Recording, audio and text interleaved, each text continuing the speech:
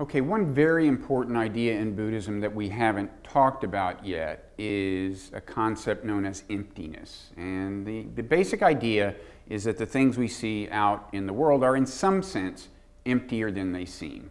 Now, this doesn't sound like a very upbeat idea. I've never seen somebody burst into a room saying, "I'm so happy, I just finally grasped the emptiness of it all." But serious meditators who have kind of had the experience of emptiness say it's actually very pleasant. Now, this idea, the idea of emptiness, is not as well known as, say, the idea of not self. You don't hear as much about it, but I think it's very, very important and is really kind of critical in fully coming to terms with what the experience of enlightenment might be like. Now, a reason you don't hear so much about this idea as you do about something like not self is that not self is kind of common to various schools of Buddhism, whereas emptiness is most closely associated with what's called Mahayana Buddhism. The most basic distinction that scholars make between kinds of Buddhisms is between Theravada and Mahayana. And as a philosophical doctrine, the idea of emptiness is developed within the Mahayana tradition. However, as a meditative experience, I think it's common to both. I've talked to lots of meditators in the Theravada tradition, and what they describe sounds like emptiness. They may or may not use that word. Sometimes they use the word formless, but it turns out they're basically talking about the same thing. Okay, so what is the experience of emptiness like? Well, like not self, it's very hard to describe. So I think it's worth kind of laying the intellectual foundation for it by quoting from a very well-known sutra, the Samadhi Raja Sutra. And part of that sutra goes like this: "Know all things to be like this, a mirage, a cloud castle, a dream, an apparition." Okay, now so far it sounds like the sutra is talking about an out-and-out hallucination, like the movie The Matrix, where the idea is that none of this stuff is real. And there are strands of Buddhist thought that do carry things in that direction, but I wouldn't call that the mainstream interpretation of the idea of emptiness. And to get closer to the mainstream interpretation, let's just look at the next line in this sutra. "Without essence, but with qualities that can be seen." Okay, so it sounds like the idea is that if you see, say, an apple, the qualities are real. You know, the redness is real, the stem is real, the shape is real. But there's something about the sense of kind of appleness, you know, the perception of essence of apple that is in some sense kind of not real, or is imposed by you, I guess. Now, what would it be like to have that experience, to see things as kind of lacking their essence? And what might be going on in the brain if you have that kind of perception? Well, there's actually a kind of a clinical condition that I think sheds light on this question. It's something called Capgras delusion. It's a very serious cognitive disorder. And I don't mean to imply, by the way, that the perception of emptiness in this Buddhist sense is any kind of disorder. We'll get back to the question of whether it's a true and valid experience or not, but I do think that Capgras delusion is a very useful way of trying to get a sense for what may be going on with the perception of emptiness. Okay, so what is Capgras delusion? It's when people look at someone, very often a loved one or a close friend, and they become convinced that the person is an imposter, okay? They don't deny that the person on the outside looks exactly like, say, their mother, but they are convinced it's not their mother kind of on the inside, so to speak, okay? Has the visual qualities of their mother, but it lacks what you might call essence of mother, I guess.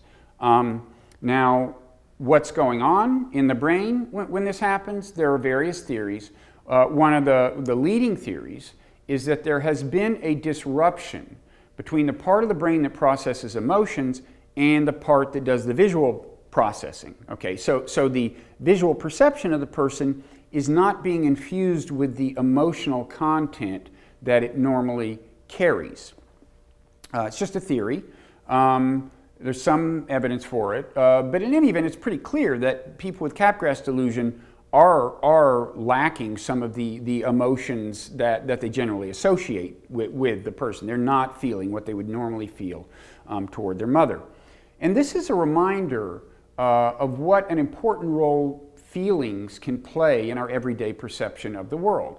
I mean, you might think that perceiving a face, recognizing a face, is a strictly cognitive thing, right? That you could teach a computer to do. And in fact, you can teach a computer to recognize faces with a pretty high degree of confidence. But we humans apparently have a more complicated system for really positively identifying things, and it involves more than the visual perception. It involves this infusion of feeling.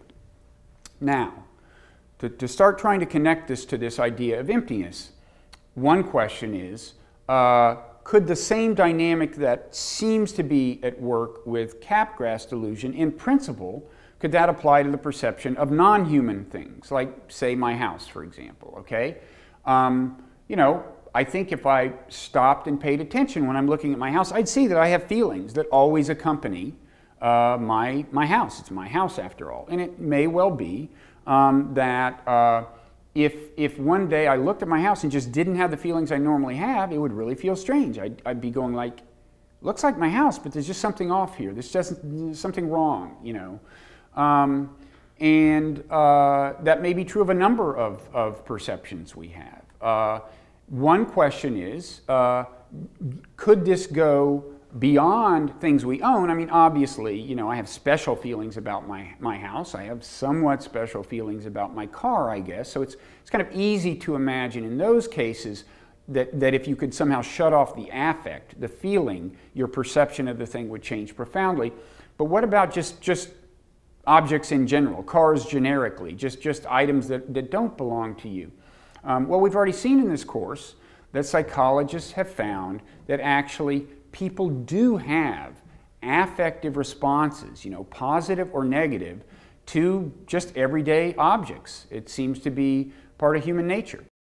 Okay, so maybe if it was the case that when you look at various kind of everyday things that you see, and you suddenly didn't have the reaction of feeling, the affective reaction that you normally have to these things, you know, that however subtle the reaction may normally be, it may be the case that things would look a little strange to you. You know, you might look at a pine tree and not get that pine tree feeling and go, you know, yeah, it's got the needles and everything. There just seems like there's something off here. It's just, you know, doesn't seem to have essence of pine tree. Now, all of this leads to my own pet theory of what is going on in the brain when there is the perception of emptiness. Okay, and you may be able to guess it by now. I think maybe what's happening is that things in general are evoking less of an affective response than they normally would, and as a result, things in general seem a little empty, seem to possess less in the way of essence. They don't kind of project their identity as strongly as they normally would. And certainly this theory is at least consistent with my own kind of brush with experiencing emptiness. I mean, I guess that's what this was. I'll tell you about this experience I had on a meditation retreat, and you can judge for yourself. But this was on my very first retreat, and I was walking through the woods, and this was days into the retreat, and certainly my kind of affective reaction to things had died down really considerably.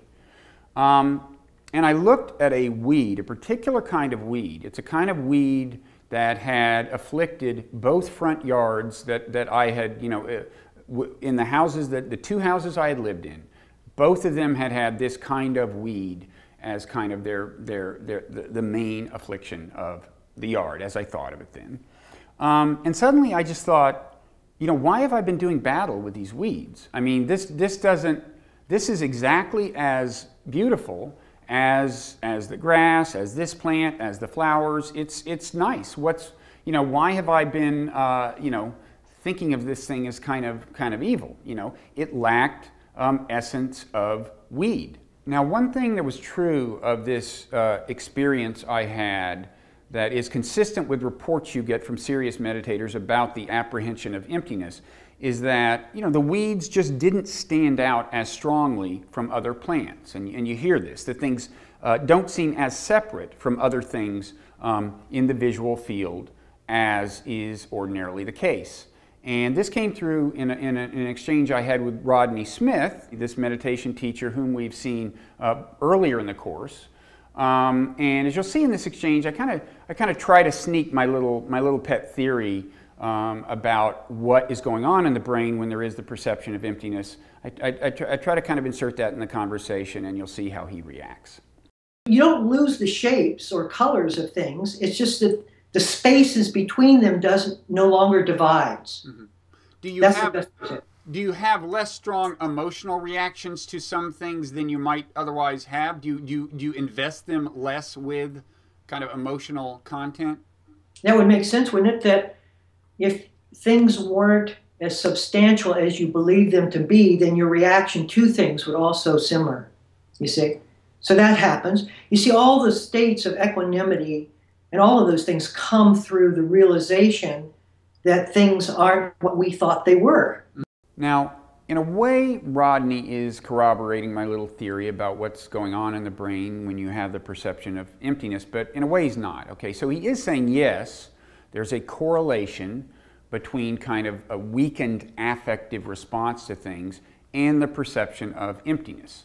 But in his view, the way it works is you have the accurate perception of emptiness, and that leads to the weakened affective response, because a strong affective response wouldn't make sense once you see that things are empty.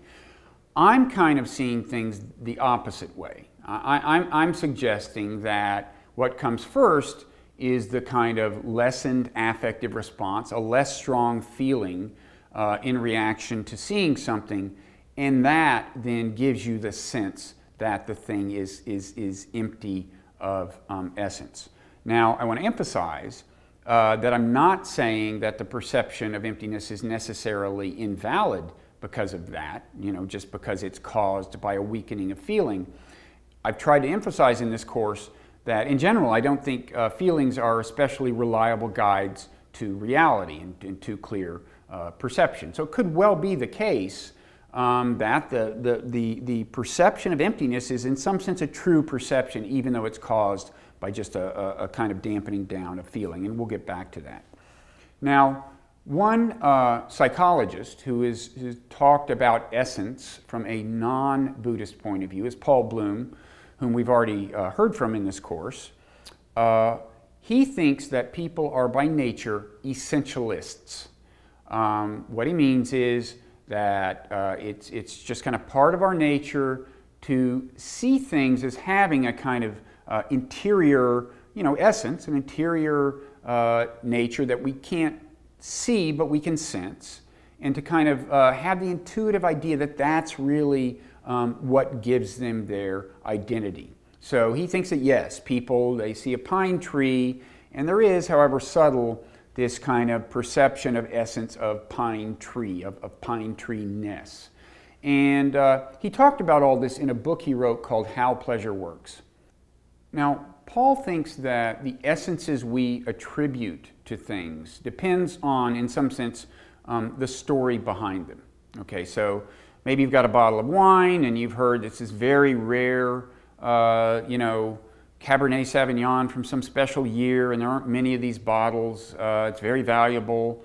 And that will give the bottle a kind of an aura, or it'll give you a sense of essence that's just different from what you kind of perceive and feel if it was a bottle of, I don't know, you know, Boone's Farm or something. I don't know if they still have Boone's Farm, but that would have been the cheap wine in my day.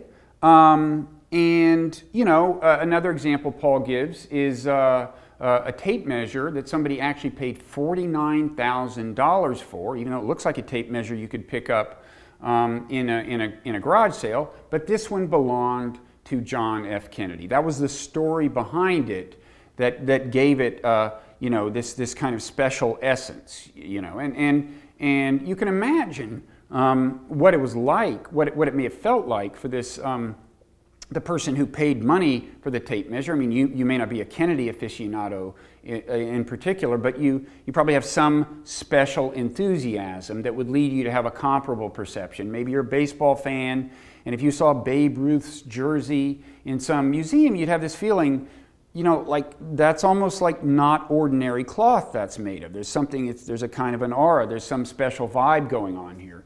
And that's what Paul means by, you know, perceiving an essence by virtue of the story behind things. And to get a sense for how the story behind things affects the feeling you have about things, imagine that we kind of withdraw the story behind things. So suppose you walk up to this guy, he just paid $49,000 for Kennedy's tape measure, he's holding it in his hands and gazing at it lovingly, and you say, actually there's been a mistake. That tape measure belongs to the guy who was installing the sink in the bathroom down the hall. We're gonna have to FedEx you Kennedy's tape measure tomorrow. Well, you can imagine, you know, he would have a dramatic shift of feeling toward the tape measure. The story is withdrawn and the feeling changes, and it would no longer have this essence of Kennedy in it. Now, Paul makes an interesting claim. He believes that although in these cases, you know, these are special items with special stories, he believes that everyday things, just generic things, you know, tape measures in general, generic things, in a certain sense, come with stories, and those stories do inform our kind of perception of essence. And this came through in a conversation I had with him about his book several years ago. There's no such thing as a simple pleasure. There's no such thing as a pleasure that's untainted by your beliefs about what you're being pleasured by. So in your food case, if you hand me something and I taste it, part of my knowledge is this is food that somebody I trust is giving to me. It's food. I would taste it differently than if I found it on the floor, mm-hmm. or if I paid $1,000 for it. Mm-hmm. Or take it to painting. It's paintings. It's true that often you could look at a painting and not know who painted it and the circumstances and so on, just appreciate it largely based on what it looks like. But at the same time, you know it's a painting. Mm-hmm. You typically know it's a painting in an art museum, but you know it's a painting. It's not a natural occurrence of paint splashed onto the wall. Somebody made it at some time for its display, and that colors things. Mm-hmm. So I think we always experience something. And I would say this would apply to the simplest of sensations, an orgasm, drinking water when you're thirsty, stretching, anything. It's always under some sort of description. It's always viewed as an instance of some sort of category. There's always an implied narrative. Exactly. Okay, so Paul's view is that the story we tell about something, the category we put it in, shapes the perception of its essence. I want to emphasize that doesn't mean that there's no role for feeling here. The way I would tell the story is that, you know, the guy who paid for Kennedy's tape measure, you know, first came the narrative that it's Kennedy's tape measure. That gave him a feeling about it, and that shaped his sense of the tape measure's essence. And I don't think that Paul Bloom disagrees with me about it kind of working this way. I know that in a later conversation he agreed that if you could give somebody a kind of a variant of Capgras delusion such that when they walked into their office, they didn't get the feelings they normally get when they walk in their office, it would seem really strange. They would not perceive kind of essence of office, and they might be kind of freaked out. So, in sum, my view is we have these interpretations of things, these narratives about things, these conceptions of where they fit in, and that shapes our feelings about things, and that in turn shapes this perception of essence. And in some sense, maybe the stronger the feeling, the stronger the sense of essence. And if that's the case, then it stands to reason that through meditation, which can, after all, make you less affectively reactive to things, you could come to see things as having less in the way of essence, being, in a sense, more empty. Now, I kind of tried this theory out, much as I tried it out on Rodney Smith earlier. I also kind of injected it into a conversation with Bhikkhu Bodhi, the Buddhist monk and scholar whom we met earlier in the course, and here's how that exchange went. When we do interpret, we bring interpretation to something and thereby attribute essence to it. Some of that interpretation involves how we feel about it. So I might, my enemy is a bad person. My home is a warm, cozy place. Part of the essence I'm attributing to things is coming from my feelings, right? Exactly. And so it kind of follows that if you're following the Buddhist path in extreme form, if you truly seek liberation, and you're kind of divorcing yourself in a sense from feelings of attraction and aversion, that then things in the outside world would not have these strong emotional connotations, and that might be part of your perception that they lack essence.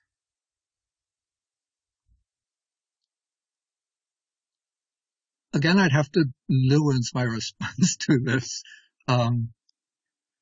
because if one takes that too literally, one might come away with the idea that the ultimate aim of Buddhism is to become a completely unemotional, emotionally flat, emotionally deprived automaton. As my mother used to say, as far as I'm concerned, between an enlightened Buddhist and a vegetable, there's no difference. Is this why you become a Buddhist monk, to become a vegetable? But I would say that, in my opinion, in my experience, that as one continues to practice, the Buddhist path, it enriches the emotional life. So one becomes emotionally more sensitive, more happy and joyful. And I would say that one can respond to things in the world in a freer, more happy, more delightful way. So it's not that it's just turning one into, just a flat, an emotionally dead automaton. Right. But doesn't part of the freedom come from the fact that you are not attaching these these judgmental affective connotations to things you see? So, in other words, not attributing essence so strongly to things, it can be a source of freedom. Definitely, it brings a freedom from the kind of emotional disturbances that arise from, usually live sort of swinging between the two poles of attraction towards what's pleasant, what's agreeable, what promises delight, and then repulsion towards what is seen as threatening, as unpleasant. Now, I think that what Bhikkhu Bodhi said there is more or less consistent with this idea that less affective reaction does bring a lessened perception of essence, and that this could account for the perception of emptiness. I want to reiterate that doesn't mean that the perception of emptiness is in any sense inaccurate. We'll return to that. And in fact, it may be that the perception of emptiness has some kind of some positive kind of moral effects, and we'll get to that. For now, I just want to emphasize again that to say that you are perceiving kind of the emptiness of things in some sense doesn't mean it's a bland perception. It also doesn't mean that it's an unpleasant experience.